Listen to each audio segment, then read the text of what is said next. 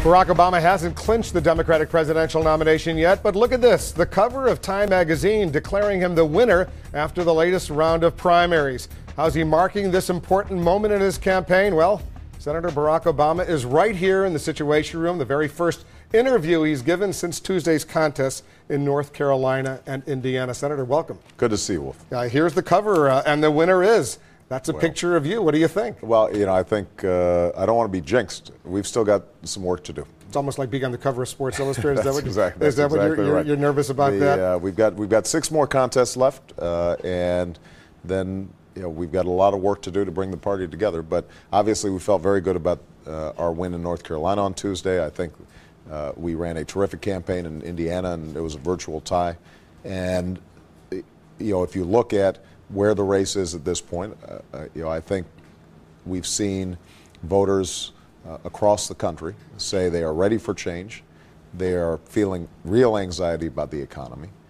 And they've come to recognize that unless we change how Washington has done, it's going to be very hard to deliver on a smarter energy policy. It's going to be hard to provide health care for people who need it or make college more affordable. And I think our campaign's benefited from it. And so I'm looking forward to bringing this party together and going after John McCain in the fall and hopefully getting this country on the right track. It's been intense in the primaries, but you realize it's going to be much more intense in the next chapter, in the next phase, given the differences between you and John McCain. Are you ready for this next phase? I'm actually looking forward to it if we're successful. I don't want to get ahead of myself here. Senator Clinton is a very formidable candidate.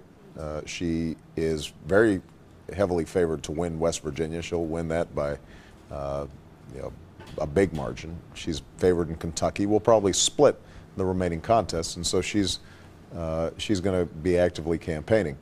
If I'm fortunate enough to be the nominee, then I'm looking forward to the general election, precisely because there's such a big, stark contrast. There are major differences between you and John McCain on a whole host of domestic issues and foreign policy issues, and I want to go through those right now. Already some of his surrogates, some of his supporters are suggesting you're not ready to be Commander-in-Chief, President of the United States. Mitt Romney, the former governor of Massachusetts, said this. Listen to this. He has not accomplished anything during his life in terms of legislation or leading an enterprise or making a business work or a city work or a state work. He really has very little experience. And, the presidency of the United States is not an internship. Wow. That's a strong statement. Yeah. Well, the contest didn't work out so well for Mitt Romney. I think he was making those same arguments against John McCain, suggesting that John McCain, as a senator, hadn't done what Mitt Romney had done. And yet, here we are, and there Mitt Romney is. Look, when it comes to national security, I think that what people are looking for is good judgment. They're looking for somebody who's going to be able to assess the very real risks that are out there and deploy our forces, not just military, but diplomatic, political, economic, cultural, in a way that makes the American people safe. And whether it's my judgment on Iraq and recognizing that that was going to be a strategic blunder, to my insistence that we need to talk not just to countries we like, but countries we don't, to my assessment in terms of how we had overinvested in the Musharraf government in Pakistan, and that was going to be setting us up for failure later on. I think I've consistently displayed the kind of judgment that the American people are looking for in the next president. I want to get to all those national security, foreign policy issues in a moment, but let's talk about some domestic issues. You know they're going to paint you, the McCain camp Republicans, as a classic tax and spend liberal Democrat, that you're going to raise the taxes for the American people and just spend money like there's no tomorrow when it comes to federal government programs. Are you ready to handle that kind of assault? Absolutely, because think about what I'm going to be running against. The failed policies of the Bush administration, which John McCain wants to continue. I don't think there's anybody in this country who thinks that right now we've got a government that's managed our domestic policies well.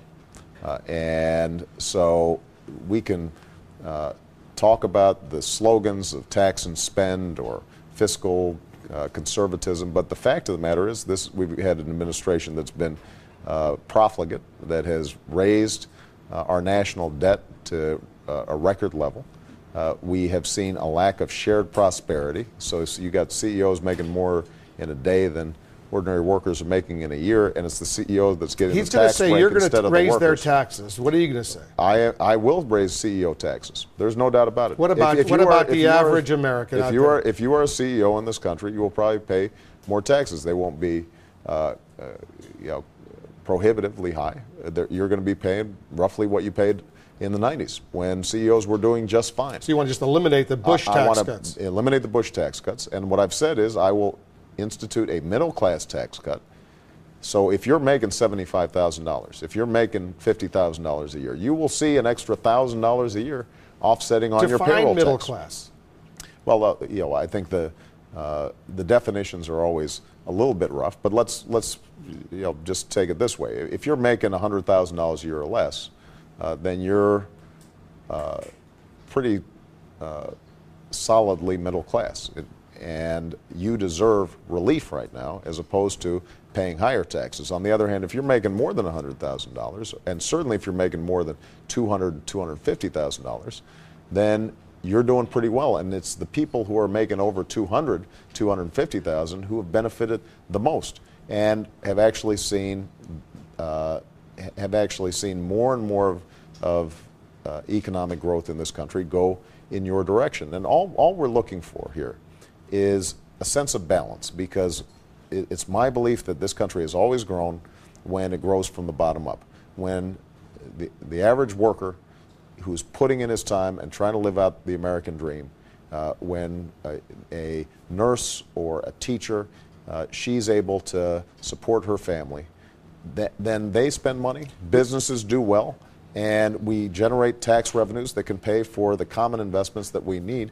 And that's what's been lacking, a sense of shared sacrifice as well as shared benefits from the economy. Because they're arguing already that you want to increase capital gains taxes, for example, on investments and stocks and things like that. Right. A lot of middle-class people have those kinds of accounts. If they have a 401k, then they are going to see those taxes deferred, and they're going to pay ordinary income when they finally cash out. So that's a phony argument, and this is something that you've seen the Republicans consistently do, is they try to make this broad-based argument about he's going to raise your taxes as a cover for them eliminating taxes for people like myself and you who can afford to pay a little bit more, in order to assure that we've got roads and bridges that are rebuilt, in order to assure that Social Security is solvent, in order to make sure that kids who are struggling for their American dream can actually go to college, in order to make sure that people aren't going bankrupt just because somebody in their family gets sick.